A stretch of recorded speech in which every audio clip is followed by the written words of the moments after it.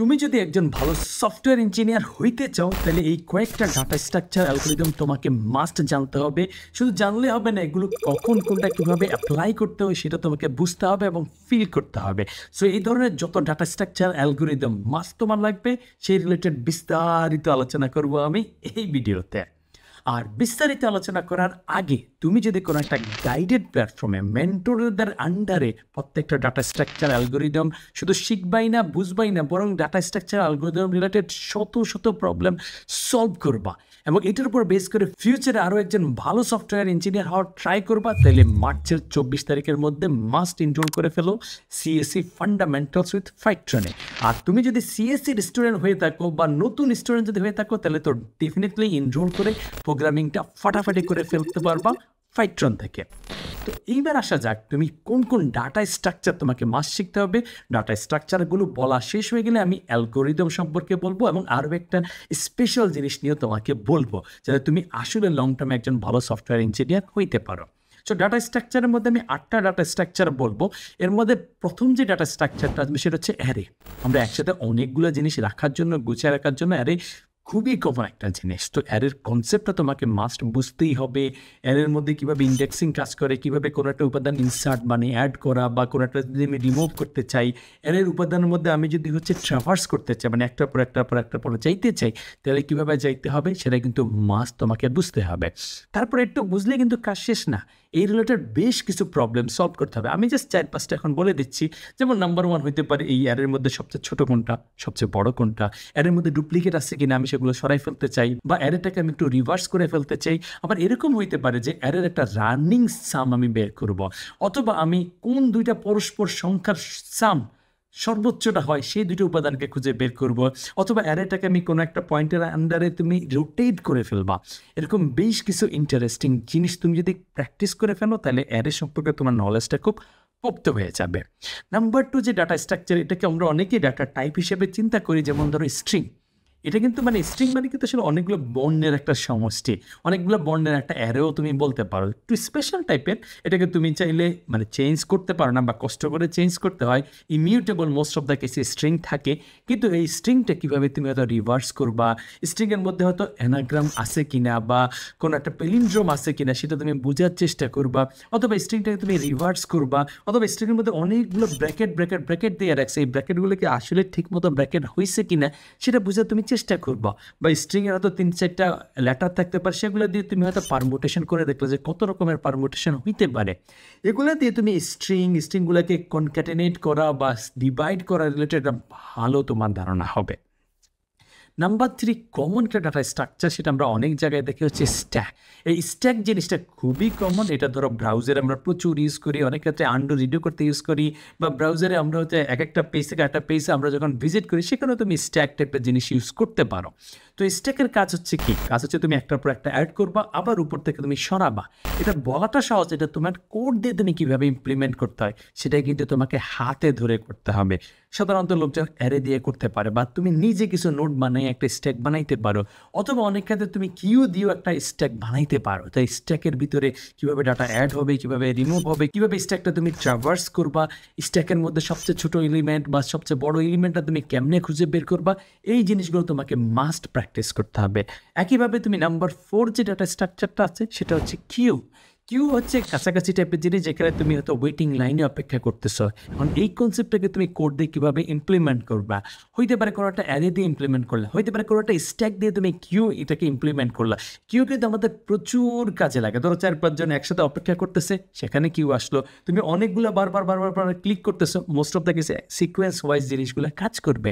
সেই দিয়ে তুমি কীভাবে রিয়েল ওয়ার্ল্ডের বিভিন্ন কাজ করার পাশাপাশি এর একটা স্পেশাল ভার্সন আছে যেটাকে বলে প্রায়োরিটি যেখানে বিভিন্ন ধরনের র্যাঙ্কিং থাকবে, সেই অনুসারে কাজ করবে। তো সেটাকে ইমপ্লিমেন্ট করা, সেটা কীভাবে কাজ করে সেটা বুঝা এবং এটা একটা সিমুলেট করে দেখাটা তোমার জন্য অনেক ইম্পর্ট্যান্ট একটা জিনিস।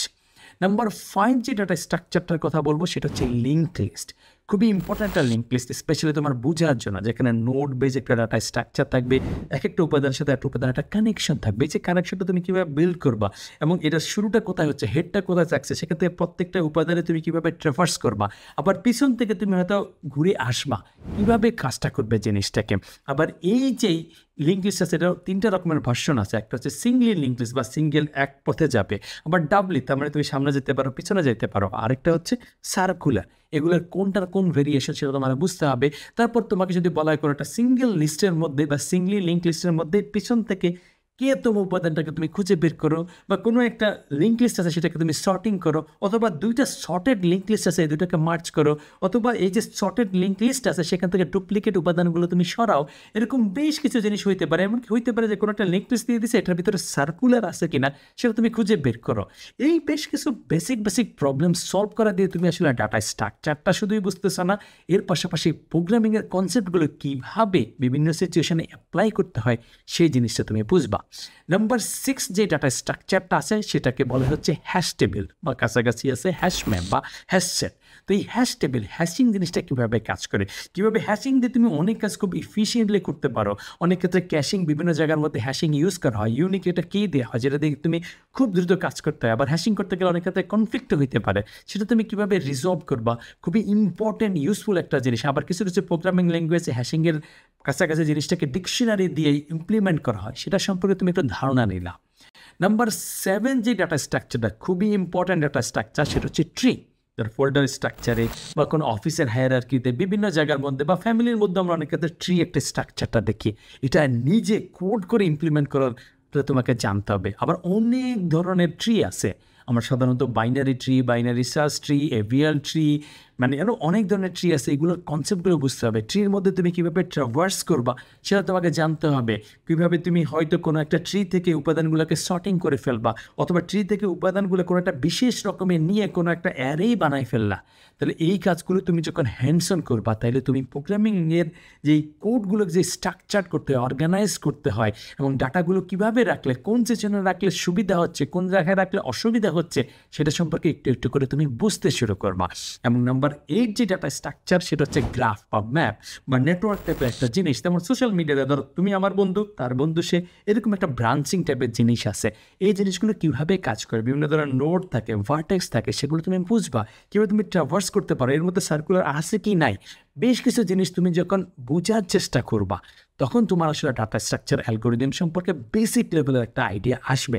এবং আমি জাস্ট কয়েকটা সিম্পল এক্সাম্পল দেওয়ার চেষ্টা করছি। প্রত্যেকটা ডাটা স্ট্রাকচার অ্যালগোরিদম নিয়ে তুমি যদি আরও 5-7টা প্রবলেম বের করে প্র্যাকটিস করো, তাহলে তোমার ডাটা স্ট্রাকচার সম্পর্কে বেসিক যে আইডিয়াটা সেটা কিন্তু পাঙ্খা হয়ে যাবে। এইবার আসা যাক কোন 8টা অ্যালগোরিদম তোমাকে মাস্ট শিখতে হবে, বিশেষ করে তুমি লং টার্মে যদি ভালো একজন সফটওয়্যার ইঞ্জিনিয়ার হইতে হয়। এর মধ্যে 3-4টা তো তোমাকে হ্যান্ডস অন হাতে নাতে করে দেখতে হবে, আরও কয়েকটা আছে সেগুলো সম্পর্কে ভালো একটা ধারণা রাখতে হবে, এবং দরকার হলে একটু ইমপ্লিমেন্ট করে প্র্যাকটিস করে রেখে দিতে হবে। ভুলে গেলে সমস্যা নাই, বাট অ্যাটলিস্ট আইডিয়াটা তোমার মাস্ট থাকতেই হবে। তো প্রথম যেই অ্যালগোরিদমটা, সেটা দুনিয়ার সব প্রোগ্রামার মাস্ট জানতে হবে, সেটা হচ্ছে সার্চিং অ্যালগোরিদম। এর মধ্যে কমনটা হচ্ছে একদম সিরিয়াল ধরে খুঁজবা, অর্থাৎ লিনিয়ার সার্চিং। আর এটার একটু বেটার ভার্সন আছে, স্পেশালি যদি একটু কুচানো থাকে সেক্ষেত্রে তুমি বাইনারি সার্চ মারবা। এটা ছাড়াও আরও কয়েকটা জিনিস আছে, টার্নারি, এটা সেটা কিছু অ্যাডভান্স সার্চ আছে, সেগুলো তুমি যদি নাও জানো, লিনিয়ার এবং বাইনারি সার্চ তোমাকে মাস্ট বুঝতে হবে, হ্যান্ডস অন হাতে কোড করে অ্যাপ্লাই তোমার করতেই হবে। নাম্বার 2 যে অ্যালগোরিদমের ক্যাটাগরি আছে সেইটাকে আমি বলি হচ্ছে সর্টিং অ্যালগোরিদম। এর মধ্যে সবচেয়ে সিম্পল হচ্ছে বাবল সর্ট, এটা তোমার তো মাস্ট জানতে হবে। এরপরে সিলেকশন আছে, ইনসার্শন আছে, মার্জ সর্ট আছে, কুইক সর্ট আছে, এই কয়েকটা তোমরা জানতে হবে। আরও যদি অ্যাডভান্স দেখতে চাও, আরও অ্যাডভান্স অনেকগুলো সর্টিং আছে, বাকেট সর্ট আছে, হেন তেন আছে, সেগুলোর দিকে না গেলেও এই যে 5টার মধ্যে তোমার বাবল তো মাস্ট, সিলেকশন, ইনসার্শন, কুইকটা একটু তোমার ভেজাল করবে, মার্জটা কিছুটা কাহিনী করতে পারে, বাট এগুলো অ্যাটলিস্ট করে দেখতে হবে। এবং এই যে সর্টিং অ্যালগোরিদম, এদের মধ্যে কিছু পার্থক্য আছে, কোনটা কোন কেসে ভালো হয়, কোনটা কোন কেসে খারাপ হয়, কখন কোনটা ইউজ করা লাগবে, এদের মধ্যে ডিফারেন্স, সুবিধা অসুবিধা সম্পর্কে তোমার বুঝতে হবে। না বুঝলে কিন্তু আন্দাজে মুখস্থ কোডিং করে গেলে কিন্তু কাজ হবে না। নাম্বার 3 যে অ্যালগোরিদমের টাইপটা আছে সেটা হচ্ছে রিকারশন। প্রথম একটু মাথাটা গরম হয়ে যায় আর কি, কেন সেম জিনিসটার বারবার কল করা লাগতেছে, আবার কোনো একটা স্পেশাল কন্ডিশনে তোমাকে এটাকে স্টপ করাইতে হবে। এটা ডিবাগ করতে গিয়ে একটু প্যারাটারা হয়ে যায় আমাদের, কিন্তু রিকাস্টনটা তোমার মাস্ট বুঝতে হবে, স্পেশালি তুমি ফ্যাক্টোরিয়ালের জন্য, ফিবোনাচ্চি সিরিজের জন্য বা টাওয়ার অফ হ্যানোয়ের জন্য, এগুলোর জন্য অ্যাটলিস্ট হ্যান্ডস অন কোডিং করে ফিলটা পাইতে হবে। প্রথম থেকে ফিল পাবা না, কিন্তু করতে হবে। নাম্বার 4 যেই টাইপের অ্যালগোরিদম আছে সেগুলোকে বলা হয় তোমার ট্রি ট্রাভার্সাল রিলেটেড। কোনো একটা ট্রি বা গ্রাফের ক্ষেত্রে তুমি যখন একটা জায়গা থেকে একটা জায়গায় যাবা, কীভাবে যেতে পারো? অনেকভাবে এটাকে বলে। একটাকে বলে হচ্ছে ব্রেথ ফার্স্ট, মানে আস্তে আস্তে লেয়ার বাই লেয়ার যাবা। আবার আরেকটা হচ্ছে কি ডেপথ ফার্স্ট, সেটা কিভাবে কাজ করে। আবার কিভাবে তুমি সাজাচ্ছ সেই হিসেবে ইন অর্ডার, পোস্ট অর্ডার বা প্রি অর্ডার, মানে এই কনসেপ্টগুলো কি একদম ধরে ধরে এক্সাম্পল দিয়ে কোড করে তোমার একটু দেখতে হবে। এগুলো গ্রাফের অ্যালগোরিদম বলে বা ট্রি ট্রাভার্সাল বলে, সেগুলো বুঝবা। বিভিন্ন ধরনের সিচুয়েশনে বিভিন্ন ধরনের হবে। ধরো বাইনারি সার্চ ট্রি হলে এক ধরনের অবস্থা হবে, এভিএল ট্রি হলে অন্য ধরনের অবস্থা হবে, নর্মাল একটা হিপ হলে ডিফারেন্ট জিনিস হবে। তো এই জিনিসগুলো একটু বুঝতে হবে। নাম্বার 5 যে অ্যালগোরিদমটা তোমাকে বুঝতে হবে সেটা হচ্ছে ডিভাইড অ্যান্ড কনকার। এই যে অ্যালগোরিদমগুলো বলতেছে এগুলো মিসম্যাচ হয়ে যাবে, একটার সাথে একটা কানেকশন হয়ে যেতে পারে, কিন্তু যে ডিভাইড অ্যান্ড কনকার মানে তুমি ছোট অংশে ভাগ করে ফেলবা, তারপর আবার একসাথ করবা। মার্জ শর্টে এই টাইপের কাজ করে যে তুমি পুরো জিনিসটাকে তুমি ভাগটা করে ফেলবা। তো এইটা কনসেপ্টটা তোমার বুঝতে হবে, এবং বেশ কয়েকটা এক্সাম্পল আছে, অ্যাটলিস্ট একটা দুটো এক্সাম্পল তো তোমাকে কোড করে দেখতে হবে। 2 দিন পরে ভুলে যাও, ডাজেন্ট ম্যাটার, কিন্তু কোড করে দেখতে হবে। এর কাছাকাছি আছে ধরো তোমার ডাইনামিক প্রোগ্রামিং। বিশাল একটা প্রবলেমটাকে তুমি ছোট অংশে ভাগ করে এটাকে অপটিমাইজ করবা, তারপর আস্তে আস্তে করে কানেক্ট করবা। চেকার বোর্ড বা বিভিন্ন জায়গায় এই জিনিসটা ইউজ করা হয় সেটা সম্পর্কে তোমার ধারণা থাকতে হবে। এরপরে নাম্বার 7 চলে আসবে তোমার গ্রিডি অ্যালগোরিদম। এর ক্ষেত্রে হয়তো ডায়াক্সটার কথা তুমি বলতে পারো যে ছোট একটা এরিয়ার মধ্যে সবচেয়ে বেস্ট সলিউশনটা বের করলা, এইভাবে তুমি আগানোর চেষ্টা করলা। বা ব্যাকট্র্যাকিং নামে একটা জিনিস আছে, বা বিট ম্যানিপুলেশন আছে। এই রকমের যত অ্যালগোরিদম আছে সেগুলো সম্পর্কে একটা ধারণা রাখলে তুমি কিন্তু লং টার্মে আরও ডিফারেন্ট সিচুয়েশন যখন চলে আসবে সেগুলো নিয়ে তুমি ভয় পাবা না, ভোরকে যাবা না, বরং কিউরিয়াস হয়ে যাবা। ডিফারেন্ট কিছু একটা জিনিস আসলে তুমি চিন্তা করার চেষ্টা করবা, এবং এই জিনিসগুলো কীভাবে কাজ করে বুঝতে পারলে তোমার সাহস সিগনিফিকেন্টলি বেড়ে যাবে। এবং লং টার্মে ভালো ডেভেলপার হতে গেলে ডাটা স্ট্রাকচার অ্যালগোরিদমের সাথে সাথে একটা জিনিস চলে আসে, সেটা হচ্ছে টাইম কমপ্লেক্সিটি বা স্পেস কমপ্লেক্সিটি। এই টাইম কমপ্লেক্সিটি, স্পেস কমপ্লেক্সিটি ছাড়া তুমি বুঝতেই পারবে না যে আসলে কোনটা ভালো কোনটা খারাপ। বিভিন্ন ধরনের অপারেশনের ক্ষেত্রে এইটা ভালো এইটা খারাপ। ধরো এই যে সর্টিং অ্যালগোরিদমের কথা বলছি, কোন কোন ক্ষেত্রে আসলে সিলেকশন ভালো, কোন কোন ক্ষেত্রে ইনসার্শন ভালো বা কুইক সর্ট ভালো, এটার প্যারামিটার আছে, মাপ করতে হয় যে এ ফাস্টার, এ স্লোয়ার, বা এ সর্টেড অ্যারে হইলে এ ভালো, আবার যদি আর নট সর্টেড থাকে বা র্যান্ডম অ্যারে থাকে তাহলে ওইটা ভালো। এগুলোর কিছু বিগো নোটেশন আছে। তো সেই ক্ষেত্রে তোমার কোনটা লিনিয়ার, কোনটা লগারিদমিক, কোনটা কোয়াড্রেটিক, এবং লুপ চালালে কি হবে, নেস্টেড লুপ চালালে কি হবে, আবার স্পেস কমপ্লেক্সিটির ক্ষেত্রে কোনটা কনস্ট্যান্ট স্পেস নেবে, কোনটা লিনিয়ার নেবে, কোনটা কোয়াড্রেটিক নেবে, এই জিনিসগুলো সম্পর্কে একটা আইডিয়া কিন্তু তোমার মাস্ট থাকতে হবে। এই ওভারঅল জিনিসগুলো জাস্ট একটা ছোট একটা অংশ আমি বলছি। এগুলোকে যদি ভালো করে লং টার্মে ভালো ডেভেলপার হতে হয় তাহলে তুমি শত শত প্রবলেম দিয়ে যদি এই ডাটা স্ট্রাকচার অ্যালগোরিদমকে এক্সপ্লোর করো, তাহলে একজন ভালো সফটওয়্যার ইঞ্জিনিয়ার হইতে তোমার আর কেউ ঠেকাইতে পারবে না। এই কাজটা তুমি ডেফিনেটলি নিজে নিজে করতে পারো। যখন কম্পিউটার সায়েন্সে কোনো ভার্সিটিতে পড়ো, যদি খুব ভালো একটা প্রতিষ্ঠান হয় তাহলে সেখানে পড়ার পাশাপাশি তুমি করতে পারো। আবার কোনো কারণে তুমি যদি নিজে নিজে করতে না পারো, তাহলে তোমার জন্য দুনিয়ার সেরা অপশন হচ্ছে সিএসসি ফান্ডামেন্টালস উইথ ফাইট্রনে। কারণ এইখানে একদম ম্যাথ ফর প্রোগ্রামিং দিয়ে শুরু হবে। যারা অ্যাবসলিউট বিগিনার আছে তার প্রোগ্রামিং শেখার জন্য কি গণিত লাগবে সেগুলো তো তুমি শিখবা, তারপর সি প্লাস প্লাস শিখবা, তারপর তুমি ডাটা স্ট্রাকচারে ঢুকবা।